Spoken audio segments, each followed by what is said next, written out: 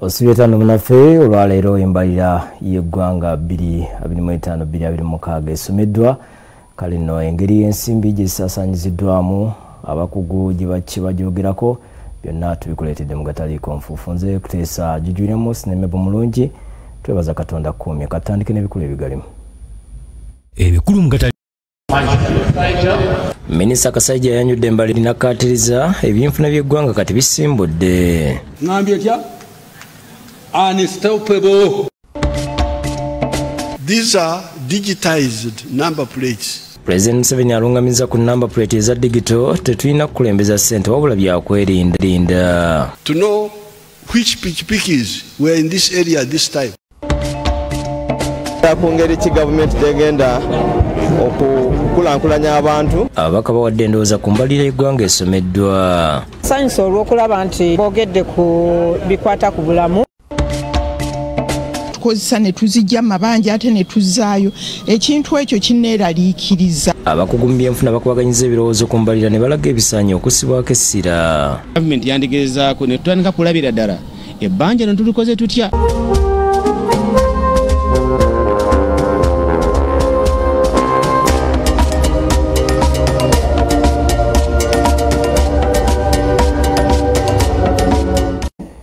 Kwebaza bwebazawo nawo osinzira okutulaba mu bujjuvu agaleero katandike ne minisita w'ebyensimbi Matiya Kasajja yanjulidde eggwanga embalirira yabumbye emitwalo 72. Embalirira eno Kasajja ajanjulidde ku kisaawe Kololo gy'ategeereza nti mu kiseera kino Uganda esimbudde mu byenfuna.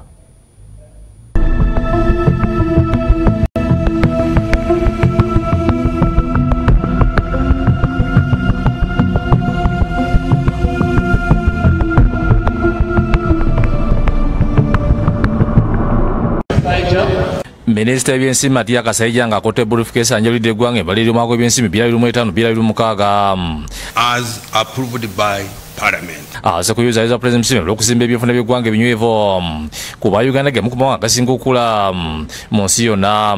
And is projected to become the fastest growing by 2031 according to the Harvard Growth Club. This is despite the various domestic, regional and global shocks that have impacted us in the recent years.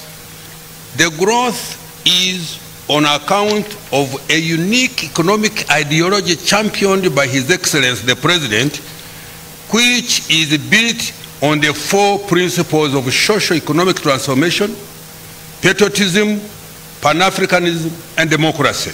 Agambye embalirira omwaka okugenda kutunulira abantu n'okubagagawaza. The budget for next financial year and over the medium term is focused on people and wealth creation. Ategeeza nti sensa Uganda zimu kuzisitwala kusemaze nga Africa era nga tezikyukakyuka. Uganda's shilling has been ranked the most stable currency in Africa according to the International Financial Statistics Division of the IMF. Agenda mwago byensimbi okugwa ku bakunganyiza ensimbi obumi emitwalo 31 nga kati balobirira okunganya obumi emitwalo 37. Government plans to collect shillings 37.2 trillion in domestic revenue next financial year 25-26. This will finance about 60% of the national budget. The rest of the budget will be financed through borrowing and grants. Agenda bagaziya kunkanya emisolo ku bintu ebitali bibunga bakusamanyi mu kulwanyisa enguzi n'obulya ku miwala enokunyikiza enkola ya freeze. Enhancing implementation of electronic fiscal receipting and invoicing solutions, which is progression freeze, digital tax stamps, rental tax solution and regular audits, especially for transfer pricing. Kasajja era akonye ku bintu ebyenkiso gavumenti byekuza mu okuzimba amalwaliro okutuusa eddagala amalwaliro okuzimba amakeberero okusa tekinologiya amalwaliro okusobola okulondoola abalwadde abeera baze okujjanjabibwa. We completed, equipped and commissioned 3 regional blood banks in Hoima, Arua and Soroti. Operationalized 16 high capacity oxygen plants across key regional referral hospitals. Continued infrastructure development and equipping of the 2 specialized centers for cancer and cardiovascular care. ku nkola y'okuggya abantu mu bwavu okuli PDM agambye ensimbi zino zisobodde okutuuka obulungi ku bantu era okutandika n'omwaka gw'ebyensimbi ogujja buli akulira omuluka wakola nga lipoota eya buli mwaka balabe engeri bwe balondola ssente ezo. Effective next year, every parish chief will make use of the PDMs to prepare an annual report on the state of their parish economy. This report will enable tracking of progress towards full monetization of the economy for every parish. Kasajja ategeeza nti okutandika n'omwaka gw'ebyensimbi ogujja gavumenti egenda kuwula abalimi ku misingi omunene nga munetaddemu obumbi 175. Agumizibwa nti amafuta agasooka agenda kufuluma omwaka ogujja gwabeera omukanga bakufuna ebipipa 60,000 buli lunaku.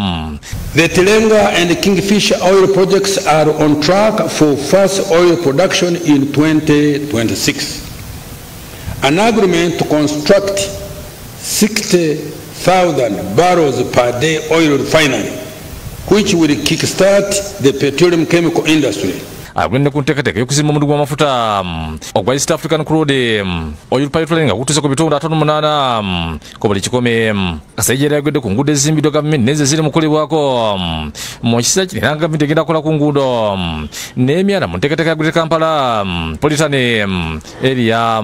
Government is revamping the road and drainage infrastructure within the entire Greater Kampala Metropolitan Area, to the extent that the entire city is now a construction site. Bannange beebale. Agenda ku nteekateeka y'okuzimba eggaali y'omukka ng'eri yakukendeeza ku budde ebyamaguzi kwe bitambuzibwa okuva ku 7 okudda ku lunaku lumu. Initial works for construction of the standard gauge railway have started. Kasajja era ategeeza nti olwa UDCL okweddiza obuvunaanyizibwa ku masannyalaze okuva ku mwemi kati ebbeeyi y'amasannyalaze esse okutuuka ku bitundu 14 ku buli 100. The cost of power has reduced by 14%. Agambye n'ebyokwerinda n'obutebenkevu bikulu nnyo mu ggwanga era ng'ayogedde ku nteekateeka y'okusooma obulondola mu mmotoka bw'oyita intelligent transport mentoring system nga mu kiseera kino emmotoka emitwalo 26 mu 2018 ne pikipiki emitwalo 62 zezaakolebwako. To improve tracking of crime in Greater Kampala Metropolitan Area on major highways. Bw'ati ategeeza nti batandise okunyikiza enkola y'ebipapula bikagwira okukendeeza ku bubenje bw'oku nguudo era nga si yakuvaawo. Government has also started implementing regulations for speed limits using the express penalty system to reduce fatalities on roads. This is the way to go. If there is any problem with the rates, they will be reviewed and the penalty will stay to save the lives of Ugandans.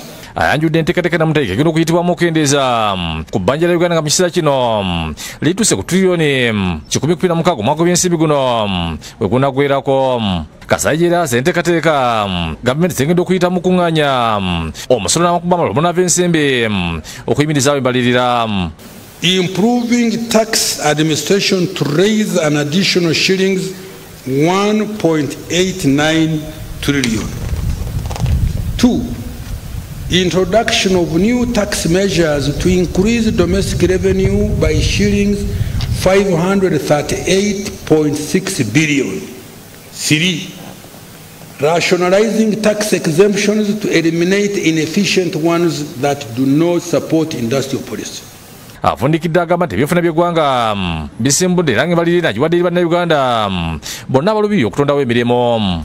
Manufacturing, innovations by our scientists and digital transformation in Uganda is indeed unstoppable. Ngambye ntya? Unstoppable. Obedi Lutale ne Fred Kaji byakusakidde eggulu eno lwa Bukedde TV. Ate ye President Museveni yenyamidde olwa bannabyabufuzi bagambye nti balema okukola byebasaanidde okukola ne bakola byebatagwanidde kukola. Abyogeredde Kolonge Embalirira yakasomebwa ng'eno gy'asinzidde n'alungamya ku nsonga ya number plate eza digital nti nsonga nkulu era ekigwanidde okukulembezebwa ky'ekyebyokwelinda so si ssente ez'engassi. in the due course. Oluvannyuma lw'embalirira y'eggwanga okusomebwa President Museveni ayogeddeko eri eggwanga asanyukidde enkulaakulana etuukiddwako nga kati ebyenfuna by'eggwanga bibalirirwamu obuwumbi bwa $61 kyagamba nti Uganda egwa mu luse lw'amawanga agali yaddeyaddeko. And 174 billion by the PPP method, purchasing power parity. We are now no longer an LDC, the least developed countries. We are now a lower middle income country. Okwogera kwa kwesigamiza ku nsonga bbiri okuli enkola ya East African Federation n'obuli bw'enguzi. Agamba East African Federation yatandikibwawo abazira okuyamba amawanga gano okufuna obwetwaze okuva mu bafuzi ab'amatwale n'okuleetawo obumu. Agamba nti obumu bw'amawanga ga Africa ng'ogyeko okutuwa akatale k'ebyamaguzi buyamba okutumbula obutebenkevu mu kitundu. This strategy we always commend to our supporters is to work for economic integration of the whole of Africa, so as to support prosperity of the African people and support the additional political integration in the parts of Africa where it is feasible by creating political federations such as the Political Federation of East Africa. Akuutidde abantu okwagala ensi yaabwe ne Africa okutwaliza awamu kubanga enkulaakulana yaabwe na buli kimu kye bayaayaanira weekitandikira ne yeewuunya bannabyabufuzi bagamba nti baleka bye basaanidde okukola ne bakola bye batagwanidde kukola. As I speak now, East Africa and Africa are already buying parts of our surpluses. Otherwise, these sectors of the economy would have collapsed by now. Ku nsonga y'enguzi agambye ababaka ba Parliament beeyongeza ensimbi nnyingi naye nti nazo tezibamala kubanga era bamaliriza badduse mu bitundu byabwe olw'amabanja agabali mu bulago. Although the MPs gave themselves a lot of money, it is not enough to meet these indisciplined demands for bribes and fundraisings. Hence they end up with debts and some have run from the constituencies. I hear some of them are IDPs. Agamba ensimbi ezitemeddwatemeddwa mu mbalirira y'eggwanga enkola za gavumenti ez'enkulaakulana okuli PDM emyoga n'ebirala bye bisobola okuyamba abantu okuva mu nvuba y'obwavu. Programs like NADS, Operational Wealth Creation, PDM, emyoga etc. have already shown that they can liberate people from poverty. Asekeredde n'ab'ekitongole ekya UCDA abaali beewaana nti bawaniridde ekirime ky'emmwanyi n'ategeeza nti gavumenti gy'akulembera ye yawoma omutwe mu kuvumbula emmwanyi ez'embala. UCDA, they were saying, oh, we are the ones who developed coffee. Coffee was saved by NRM.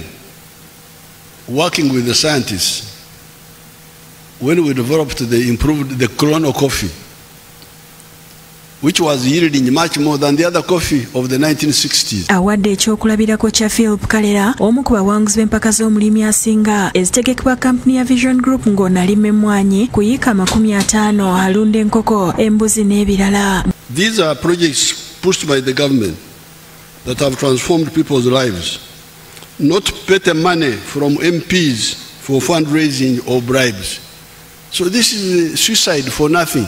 Bw'ati alabudde abantu okukomya okulonda abakulembeze olw'ensimbi ze babagulirira n'ebintu ebikalu bye babawanga agamba nti bye bitattanya eggwanga n'enkulaakulana eya nnamaddala. Once we solve the problem of political corruption that has paralyzed the populist politicians, it will be easy to fight the corruption of the public servants. Atabukidde abalowooza nti n'ensimbi zaagabira abantu mu bitundu gy'alambula zigwa mu ttuluba eryo n'abajjukiza nti ye alina budget kw'atambulira. Some people say that they give bribes because Museveni is always giving the khaki envelope to members of the population. Mureke kutahamu izi n'ebyondo. I do not sell my cows to get money kurongora singers. Stop trying to be like the one who is bigger than you. Don't be, you tell those people that Museveni gives the envelope because he has got a budget. He's president. Ayogedde ku nguudo embi mu bitundu bya Zalambula era nti wakusindikayo bambega banoonyereze ku nsimbi eziweebwa buli disitulikiti akawumbi akamu n'obukadde 3 biki byezikola. This is a must. I will check, and if I find there will be casualties on the local government people there, even the RDC. Alungamiza ku nsonga ya digital number plate ng'agamba nti zaaleetebwa kulwanyisa bumenyi bw'amateeka so si kukuba bipapula byakagwirawo eby'engasse. Every vehicle must have a digital number plate traceable by the central machinery, central command, to know which pikis were in this area at this time. This is the purpose of the digital number plate. It's about security, not money, fines, what? Rubbish. Eno y'embalirira y'eggwanga eyanjuddwa eri eggwanga mu bufunze nga yonna yabumbye emitwalo 72.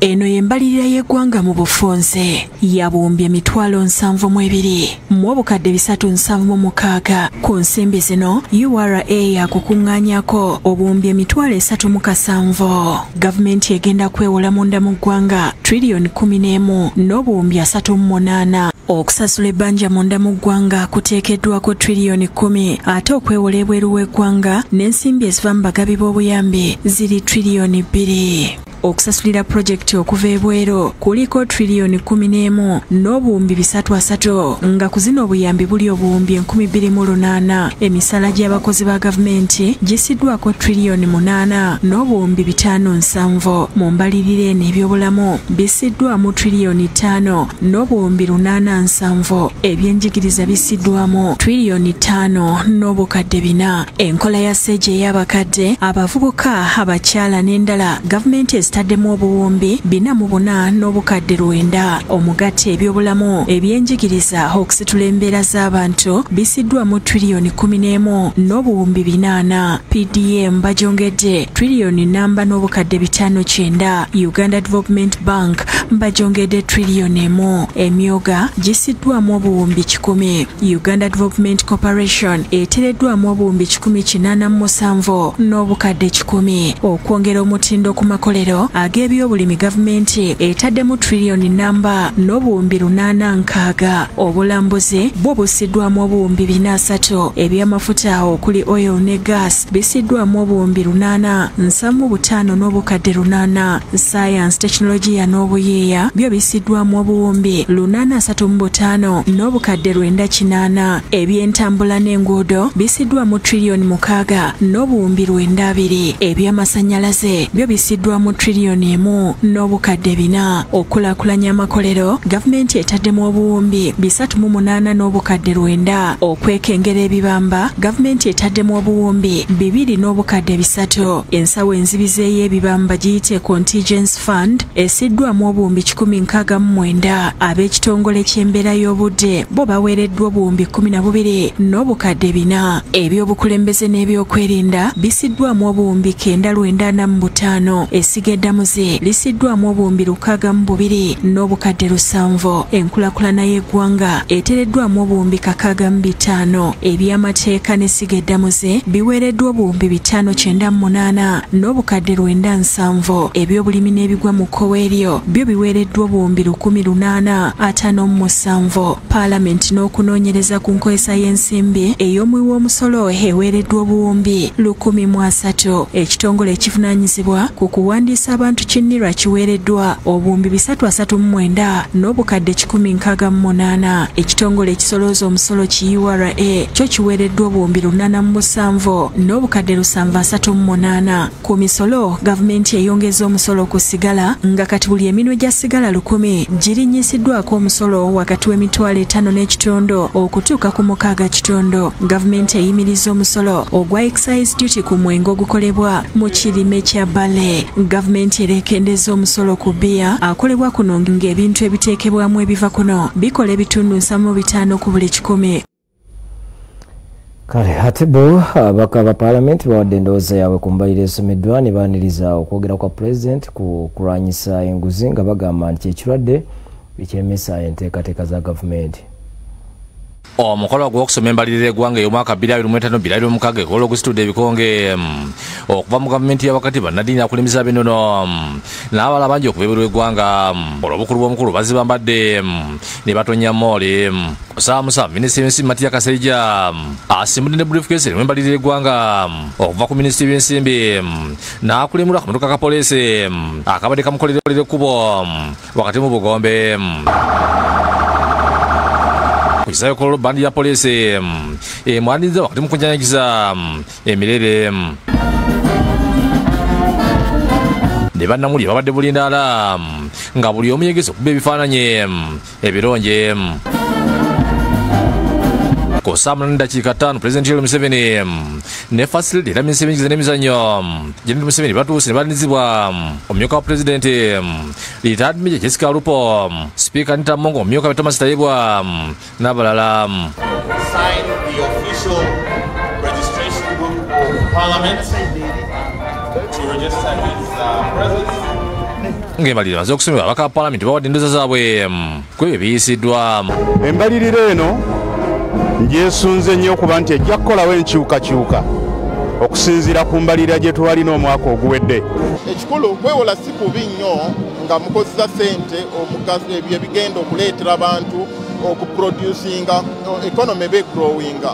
Kibi nnyo kwewola ate ssente nzimalira nga zigenze mu nsawo z'abantu. Bategeeza ng'embalirira eno bwegenda okukyusa ebyenfuna bya Uganda olw'ensimbi eziyongedde mu bintu ebyenkizo ng'ebyobulimi n'ebyentambula. Okwongera ssente mu infrastructure n'okumaliriza emirimu gavumenti gye yatandikako ng'amakubo, okwongera amaanyi mu byentambula. Ekyokweyongera okubeera n'amasomero akagenda okwongera okusomesa abaana ate n'okussaamu ebintu mu masomero. Kati ennyongereza eno gye tulaba mu bajeti tusuubira nti egenda kuyamba eggwanga lyaffe okugenda mu maaso mu byobulamu, mu byenjigiriza, minisitule zonna, sekitazi zonna sente zongeddwako. Balabaniriza okwogera kwa Pulezidenti Museveni okulwanyisa enguzi nga bagamba nti kyekirwadde kibadde kiremesa enteekateeka za gavumenti empitirivu. Kati tulina kulwanyisa enguzi to making sure tumanaginze sente zigende mu bikolera mu bintu ebireeta sente mu ggwanga. Obukenuzi ekyo kyo muzeeyi akonedde ddala wali abantu bayagala ayongera okwogera kubanga ba politicians abangi bano betulaba abanoonya ebifo byaki ne mu kibiina kyaffe munda mwennyini. Wabula abakozi basigale bakukuluma olwa ssente z'okunyuza omusaala gw'abasomesa baati zitateekeddwa mu mbalirira. Wabula minisita Mululi Mukasa ow'ensonga z'abakozi ba gavumenti abagumiza nti balirire omwaka gw'ensimbi ogujja. Naye nga ffe ng'abakulembeze b'abakozi tuteekwa okulaba nti tugenda ne tukola ki ne tubalwanirira bo okufuna ssente. Essuubi teririiwo mu mbalirira eno. Mu financial eri ejja eri tujja kukola ekisoboka. Obedi Lutale ne Fred Kaji bakusakidde eggulu eno kwa Bukedde TV. Kale katusooke tuwumulemu katono tukyadda n'amalala tovaawo. Linda ne bino mugataliiko nfuufu. Bannaffe abakutuusaako Sanyuka Banana Flavor Gin bakuleetedde akenga akapya ke bayita Sanyuka Paulika. Kalungi nnyo ate nga kasangibwa mu maduuka gonna mu Uganda. Keyunire. Abooluganda baganye okuziika omukadde yateresa ekereziya ekyapa n'ekyezza. Maama Nakibuka yali bawa. Eno Kingsong KS S19 Electric Unicycle eya volts 10 eno entambula eyegulidde erinnya ku lukalu lwa Bulaaya naddala mbavubuka. Eno eri mu kika kya electric wheel scooter nga yakolebwa ba China yadde bagikola ng'edduka okutuuka ku speed ya kilomita 6 buli ssaawa bagisala speed okutuuka ku kilomita 25 buli ssaawa kuba buvugira ku luguudo okwewala obubenje. Mu biteereddwa muno mwe muli brushless motor eya watts 3500 nga kakutambuza okutuuka mu kilomita 15 yadde kampira gumu bagukola nga munene nga gwa inchi 16. Sakabuzoba oba suspension system zibassaako za mulembe ekika kya 130mm travel. Electric scooter eno yateekebwamu battery ya watt hour 1776 KS S19 Electric Unicycle egula dola za America 2775 nga bwe bukadde 10 mu za Uganda. Science ne teknolojia. Nkwebaza okubeera naffe bwe tweyongerayo n'agataliiko nfuufu amalala oluvannyuma lw'embalirira y'eggwanga ey'omwaka 2025-2026 okusomebwa olwaleero ng'eno yabumbye emitwalo 72 abakugu okuva mu bitongole ebyenjawulo abakuŋŋaanidde ku kitebe kyaffe wano mu Kampala bakubye ettooki mu mbalirira eno. Abakugu mu byenfuna okuva mu bitongole ebyenjawulo, abakulembeze b'abasuubuzi, ababbanka n'abalala bakubaganyiza ebirowoozo ku mbalirira esomedde olwaleero nga beesigama ku ebyo gavumenti byekoze ne byeteeseteese okukola. Nga bakubirizibwa amyuka akulira kampuni ya Vision Group Jarvis Ndya nabo basoose kuliriza Minisita Matiya Kasaija embalirira gy'asomye ey'obuwumbi emitwalo 72 n'oluvannyuma buli omu n'asengejja engeri bw'agirabyemu okusinziira ku mbeera y'eggwanga. We are in a good position, but we are not yet there. The debt is still big. I don't want to compare with Japan and the US, even in terms of percentages. The debt is big, and we've already accumulated a lot of debt with the repayments in interest. Because there are so many areas to invest in, we would like to invest much more in agriculture, so that we increase what I was talking about, the purchasing power of the citizen. Banji ku bano basiimye embalirira y'omwaka guno gye bagambye nti erimu ebintu bingi bye basuubira bannansi okuganyulwamu omuli ekya gavumenti okusonyiwa omusolo, bizinensi ezitandika okumala emyaka 3, ensimbi ez'emyoga ez'abakyala, ebyobulambuzi, okusasula bannayuganda babanja gavumenti n'ebirala.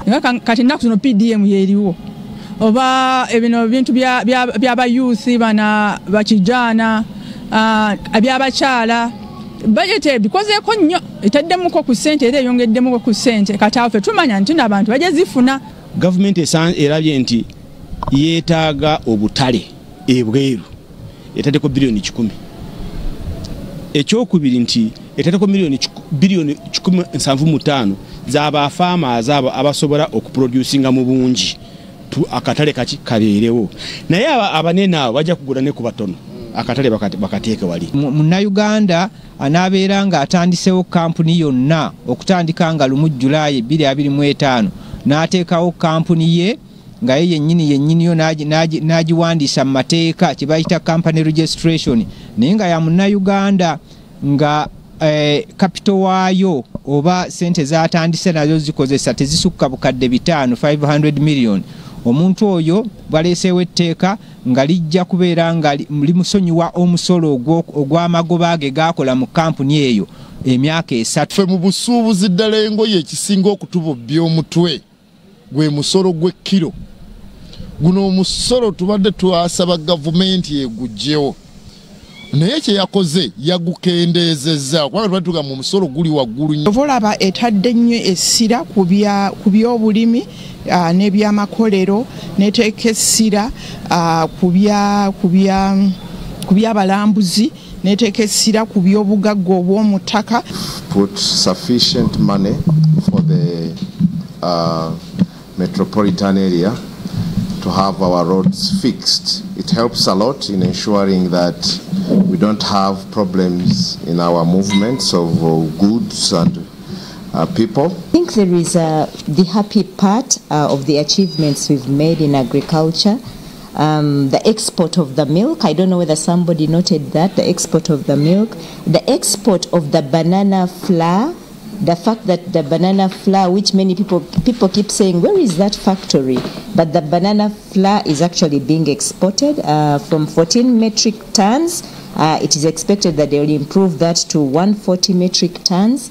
And the interesting thing is that they are making baby food out of it.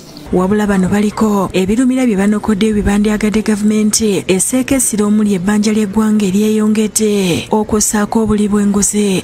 N'okwewola kati kuyitidde nti mu akatale kaffe wano tugenda kwewola trillions 11, ebweru twewoleyo trillions 13.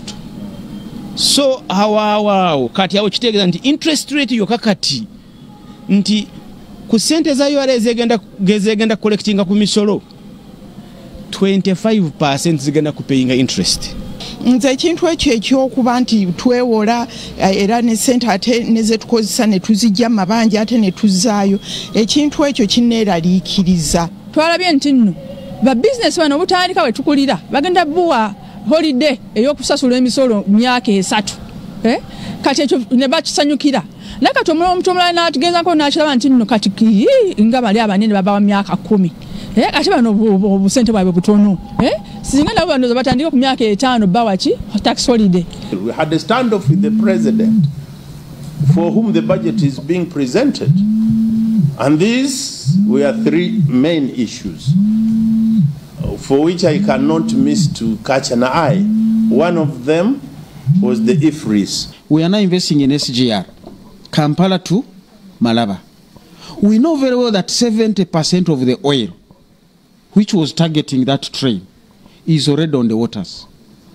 Cutters of Mahavi and Mukula. Now the train has already lost a big chunk of its business. Is it still viable? Adrian Bwani Kabale yakusakidde kulira lino ku Bukedde TV. Atebo abalimi n'abalonzi abafuna ssente za PDM basabye gavumenti okunyikiza programu eno kubeeyambye abantu bangi okwejja mu bwavu nga kati baagala byuma ebigattako omutindo. Bano era basabye ekitongole kya UDC kyongerwe ensimbi ekinayamba ku masannyalaze obutabaavaako. Abantu abafuna ssente za PDM basabye gavumenti okutaddiriza kubegenda kuyamba abantu bangi okwejja mu bwavu. Abudala Kimbo Kenya nga ssente wafuna ssente za PDM Mugombe wa Kiso agamba nti abantu afunye ku ssente zino basenvudde mu mbeera zaabwe. Abantu bangi abazifunye era abantu beewaddeyo ne bakola ngera bwe tuzze tubalaba tubalambula ne tumanya embeera yaabwe ne tumanya challenges. Yokera asabye gavumenti okussa amaanyi mu kutandika amakolero gayambe okwongera omutindo ku bintu byabwe. Tusobozesa okubeera nga ati teterawo ba processing gundi ng'abalimye kasooli balina bye basobola omukubira ne bamugyamu akawunga ne batunda product at high rate. Yeyuda ataddewo magala ne Gertrude n'abo Kalunga abatonzi b'ambizi batulaze engeri gye bakozemu ssente akadde akamu ke bafuna okuva mu PDM. Agulamu embizi eno gye mulabye eri wano abagiyingiza emitwalo 80 ng'etigwa. Ojja kuganyulwa kubanga kyetulabako kati naawe okiraba. Kyokka bimulugunyizako ebicupuli by'eddagala ku butale ne basaba gavumenti okwenyigiramu okulaba nga ekuza abantu eddagala ettuufu. Abalunzi eddagala ettuufu libeere wano okusinga ku bino bye tutomera n'otomera wano. Pulangi ono akamu n'emmere n'ekkamu osanga n'abatugula twandibadde tugamba nti batugula bulungi. Ane nti n'aba weesinga mulunzi ate nga musuubuzi wa kasooli yannyudde engeri ssente zino bwe zaamuyamba eza PDM. Bwe ntunda kasooli kati bwe nalaba ng'ogenda okusuubula kasooli akijja kunkaluubiriza ne nnimisaako kasooli owange. Yesu Aibukawo yasabye gavumenti okwongera okuzimba enguudo ezituuka mu byalo okuyamba abalimi okutambuza ebirime byabwe. Ndowooza nti bajeti eno egera singa kutunuulira nnyo amakubo gaffe ag'omu byalo eno gye tuli tuyambeko naffe kubanga amakubo gonna gajjudde empukuguma. Kali tufuuse luyimba lwa gavumenti buli kaseera kugamba nti bajja kukola kuba enfuufu etutta busi wano. Olira asabye gavumenti okussa amaanyi mu kitongole ky'amasannyalaze ekya UDC okuba kasuse okutta bizinesi zaabwe. Ne babeera mu nzikiza kati awo ekyomusanga mukaaga ne bagagabanya. Ate abakadde okulimiza Christopher Musibo ogedde ku mbeera ssente ziwereza abakadde lisusse okubeera entono. Batugamba nti bagenda kutuwa ssente tebazitukolaki fe abakyasobola okwekolera. Wano omutaka Joseph Mulindwa okuva e Kalangala agamba nti ekyobukolero obutonotono kya kuyamba abavubuka okufuna emirimu basobole okwekulaakulanya. Obukolero obutonotono bweyongere ate kiveemu okufunira abavubuka emirimu. Ekyo kijja kuyambira ddala senga obukolero obutono buba buzze ate nga amasannyalaze nago gasoboka ku miwendo kijja kuleetawo emirimu mingi. Ibiri Lugulo byagamba nti kirungi okuba nti ssente z'emyooga ne PDM zongeddwako. Naye tubawe ssente nga bali guided bulungi nga bali ready okukola emirimu egye bagenda okukola basobole okufunamu. So ekyokuteekamu ssente kirungi naye kijja kuyamba abo bokka abeetegese. Naye bw'okyokwongeza ssente ezo tekyandibadde kibi naye ne bajje bazitegekera abantu abasinga abamu tebannazifuna. Ate abavubuka okuli Henry Sekamate Kiriako Obusinje Neto ne Seguya n'obogedde okusinziza PDM n'emyoga.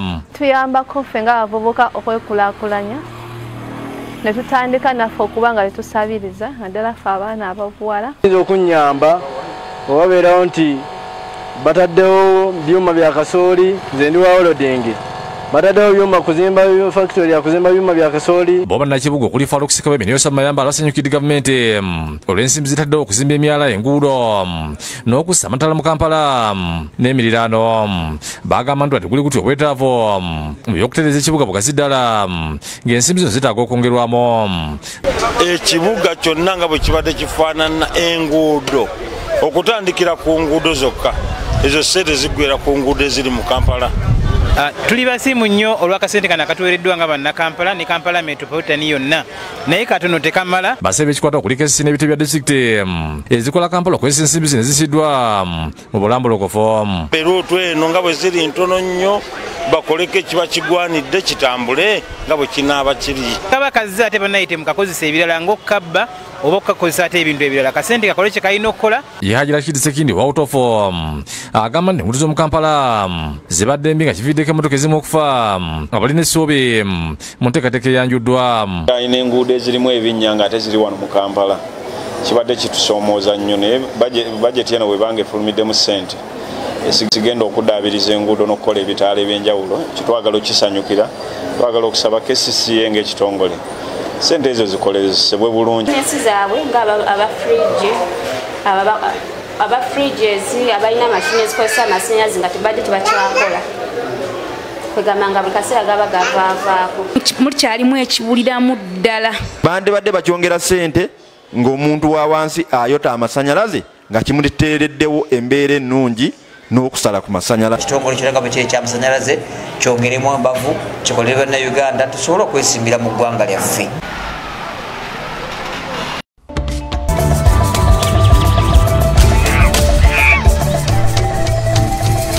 Uniquely ours. Explore Uganda.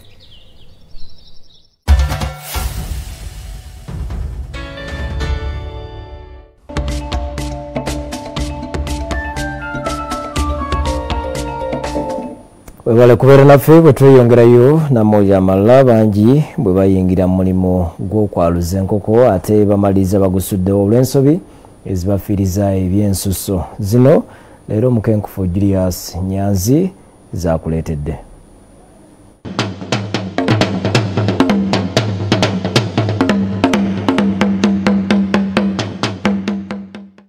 Nga tusemeredde okufundikira omusomo gwaffe ku kulunda enkoko ennansi okuzifunamu ekisingawo, olwaliro Mukenkufu atukubidde tooki mu nsobi abangi ze basinga okukola mu kwaluza enkoko era gye biggweera ng'akalipo kabamezze.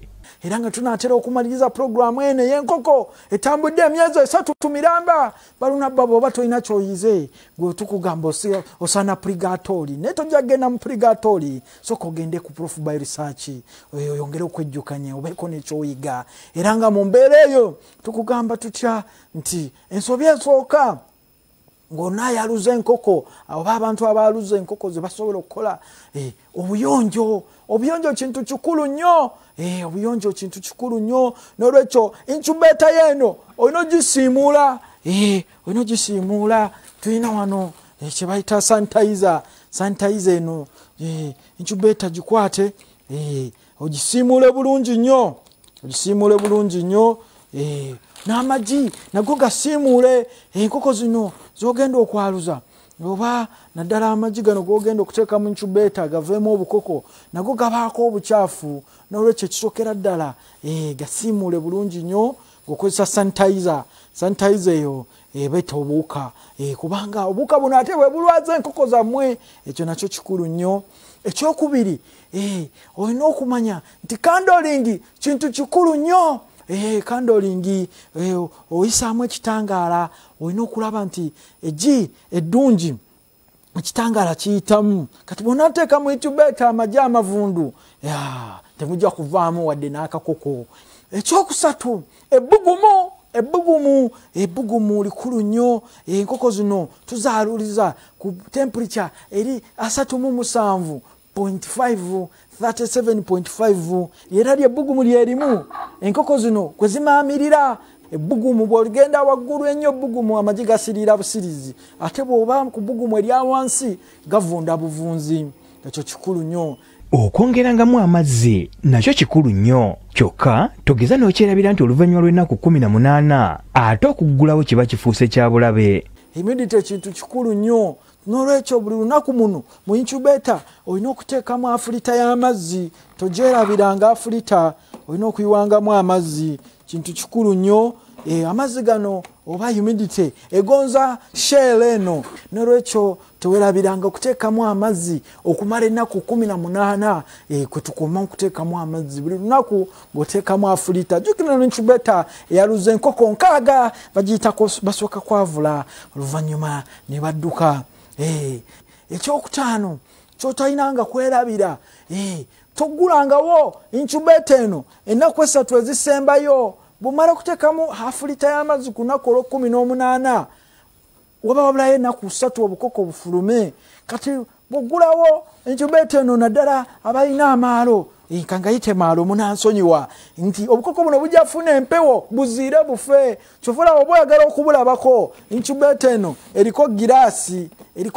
oba olaba ebiri munda n'olwekyo ennaku ezisembayo 3 tetubikulako omala kulinda ennaku 21 ne ziggwako awo oba osobola okubikkulako okutuuka ku lunaku olw'24 kubanga wabaawo obukoko obuli siro abantu bokasi be babeera siro wabaawo n'obukoko obulwawo okufuluma era bagamba nti tali alunda nkoko n'aviiramu awo genda ku ntobo yakyo ng'oyaluza enkoko twesangaye ku Prof by Research. Bye bye.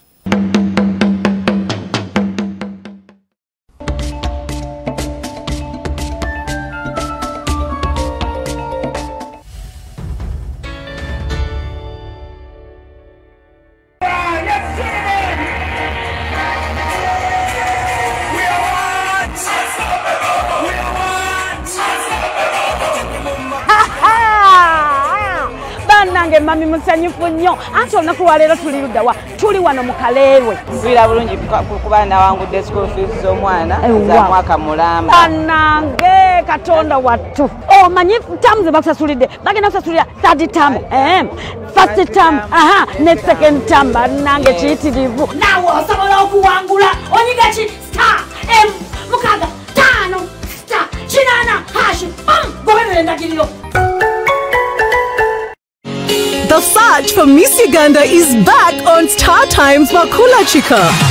All regions compete for one crown. Who will be the next true Ugandan beauty queen? Do you have the looks, the brains, the confidence? This is your chance. For registration, log on to www.missuganda.co.ug before 20th June. Miss Uganda 2025 premieres on 27th June at 8 p.m. on Makula Chika. Stay connected on Star Times to watch the journey to the crown. Miss Uganda, true Ugandan beauty. This search is sponsored by Vian Esheri, Sino Mbale Industrial Park, U-Home, Xiaomi, and Tico Safari Lodge, and lead sponsor Tianao Furniture Manufacturing.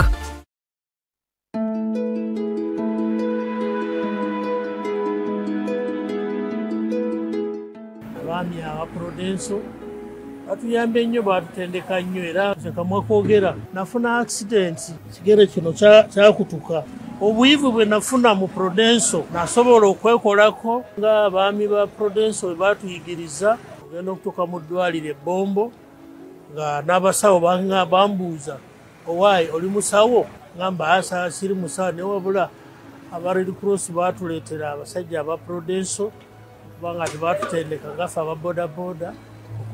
Prudential. Let's live life together. Turinawe. Watermelon. Punchbowl. What? Yes, please. Yo! Captain Pineapple Sizzle.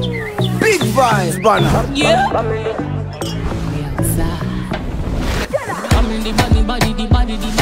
Hold up. Tulia. Is he about to dip that wing in his Captain and Cola?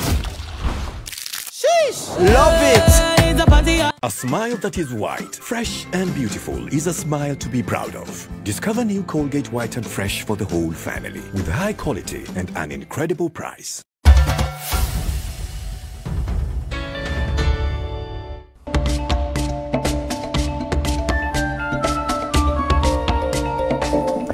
Mawulira mala Reverend Dr. Andrew Narumenya omusumba w'ekamu lyakubiriza bannabyabufuzi okuwangana ekitiibwa n'okussaawo enkolagana ne bavuganya byogeredde ku ssomero lya Mother Manjiride and Boarding Primary School Kirinnya bweyogerere mu Kira Municipality nga balayiza abakulembeze b'abayizi abajja. Abazadde abayizi n'abakulembeze bakungaanidde ku ssomero erya Mother Manjiride and Boarding Primary School Kirinnya bweyogerere mu kiro okubeerawo ng'olukiiko lw'abakulembeze b'abayizi olujja lulayizibwa. Bano balondeddwa bannaabwe mu kalulu akakasammeemera ekisanja kyabwe kya mwaka gumu. Abakulembeze abajja okuli Mpima Malcolm nga ye head boy ne Yayebale Melissa head girl bakubye ebirayiro ne boogera bye bagenda okutandikirako mu kisanja kyabwe naddala okutumbula ebitone. Having been elected to the post of head boy, do hereby swear that I will serve the community of Mother Manjiride Primary School. Of Mother Manjiride Primary School, with total fairness to the best of my ability to promote the welfare of my school. Essomero lya Mother Manjiride and Boarding Primary School lye limu kwaga amagundiivu era lirudde nga likolera ddala bulungi ng'omukulu waalyo Thomas Kisolo Kitandwe bw'annyonnyola. Mwana waffe omusingi ogwetoolodde olunaku lwaleero we twogerera kaakano abaana baffe bali mu swearing in nga basobola okuyita mu kakuŋŋunta ne tukola buli kimu kyonna ekireeta okulonda omukulembeze mu mazima n'obwenkanya. Annyonnyodde ebifuula essomero lino ery'enkizo ku malala gali mu kitundu naddala basomesa abatendeke kw'ossa okulabirira obulungi abayizi era asabye abazadde okubongera abaana kubanga n'embigezo eby'ekyomusanvu eby'omwaka oguwedde baakwata kifo kyakubiri mu Wakiso yonna. Myaka egidiringanye ndowooza giwezenga 7 nga lyerikyasinze mu kifo kino era nejjuzi wano okubuuza ebyakafuluma twabadde bakubiri nga tuddiridde Namugongo mu Kira division mu performance kyalinako akalembekeza ka space otuyinza okwongerako abaana jangu wegatte ku mulembe omupya ogusobola okuyita obulungi. Mulabye nasale yaffe okujjako ebyenjigiriza n'embeera abayizi mu basomera ya mutindo nga balina computer lab, swimming pool, laboratory n'ebirala ebisobozesa abayizi okusoma obulungi. Apio Martha akulira nasale section atendereza omutindo gw'essomero lino era nti bw'obawa omwana wo bakuddiza omuyizi ajjudde mu buli kimu. Akubiriza abazadde tene somero nnungi nnyo nga bwe mulaba. Essomero eriko abasomesa abatendeka bulungi. Essomero lino abaana tubaliisa bulungi. Essomero lino tulabirira abaana okuviira ddala abaana emyaka 2 n'ekitundu paka emyaka 5. Ye Reverend Dr. Andrew Nalumenya omusumba w'Ekamuli bw'abadde asabira abakulembeze abalayiziddwa abakubiriza okukolera ab'abalonda n'okuwa be bavuganya nabo ekitiibwa baleme okubayisa ng'abalabe baabwe.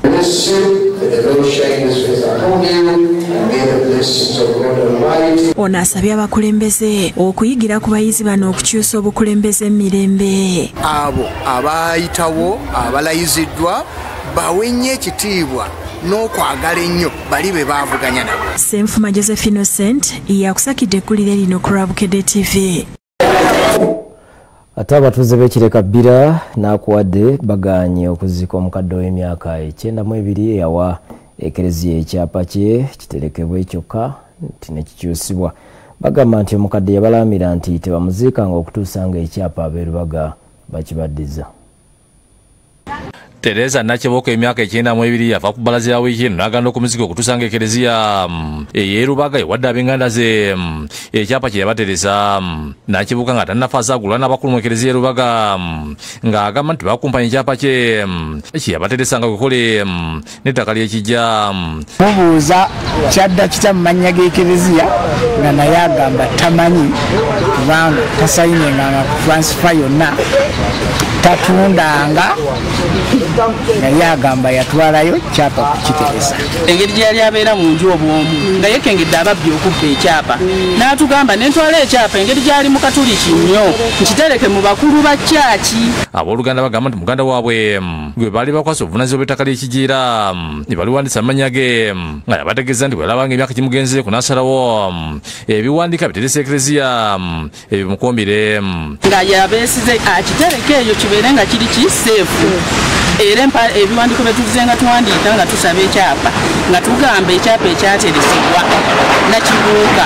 yalaba nafunye n'asala abasaba ebiwandiiko bye kyokka ne bakamutema ng'ettaka bwe yali weekerezya.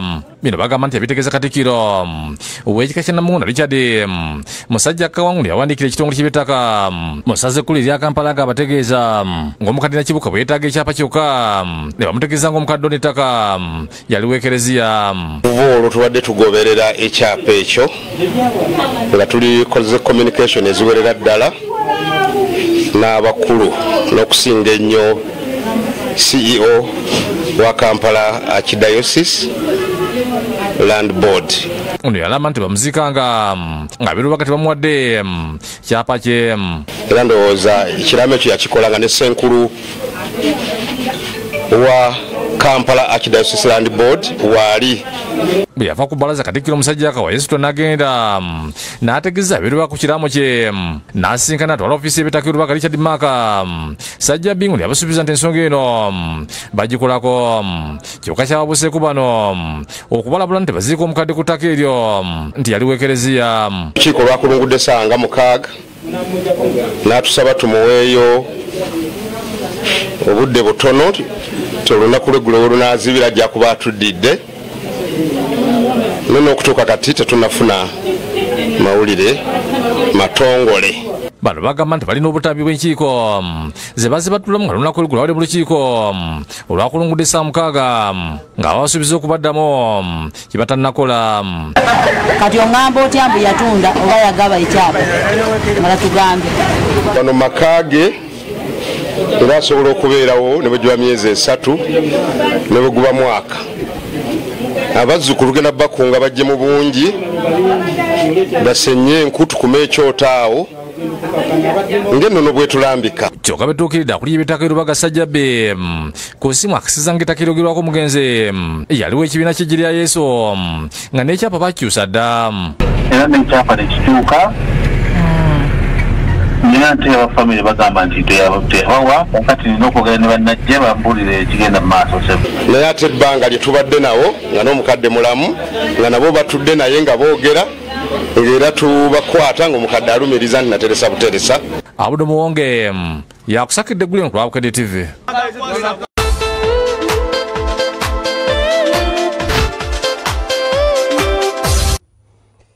Kalate mugebye emizannyo embalirira y'eggwanga ey'ebyensimbi omwaka 2025-2026 esomedde olwaleero nga bajeti y'ebyemizannyo eyongezeddwa okuva ku buwumbi 242 okudda ku buwumbi 508. will finance about 60% of the national budget. Dr. Patrick Ogwell, Sabondis Wakachikuka, National Council Sports Momativu, Nesento Buumbi, Bitano Munana. Government zayongedde emizannyo mwaka gw'ebyensimbi 2025-2026 tiza kuyamba kinene mu kugikulakulanya. Ogwero bino abyogedde oluvannyuma Minisita w'ebyensimbi Matia Kasaija okusoma bajeti y'eggwanga ey'omwaka 2025-2026 ku mukolo ogubadde kollo ogwetabiddwako ne President Yoweri Kaguta Museveni. Bajeti y'eggwanga empya awamu eri ku trillion 72 n'obuwumbi 3 ng'ey'emizannyo erinye okuva ku buwumbi 282 gavumenti zeyatadde mu mizannyo mwaka gw'ebyensimbi 2024-2025 n'etuuka ku buwumbi 508 mu mwaka omupya ogwa 2025-2026. Dr. Ogwera agambye nti ebitundu 75 ku buli 10 ku buwumbi 508 za kukola ku kuzimba ebisaawe ebigenda okuyambisibwa mu kukyaza empaka za CHAN eza 2025 ne AFCON 2027. Uganda gwegenda okukyaza ng'eruwamu ne Kenya kw'ossa Tanzania. Ebisaawe okuli ekya Hoima Stadium ne Akibwa Olympic Stadium mu kiseera kino ebiri mu kuzimbibwa byakumalirizibwa songa Nambole kyakwongera okuddabirizibwa kituukagana n'omutindo gw'ensi yonna songa wankulu ku Kyambogo ekya Kisu ne Kadiba bigenda kukozesebwa mu kutendeka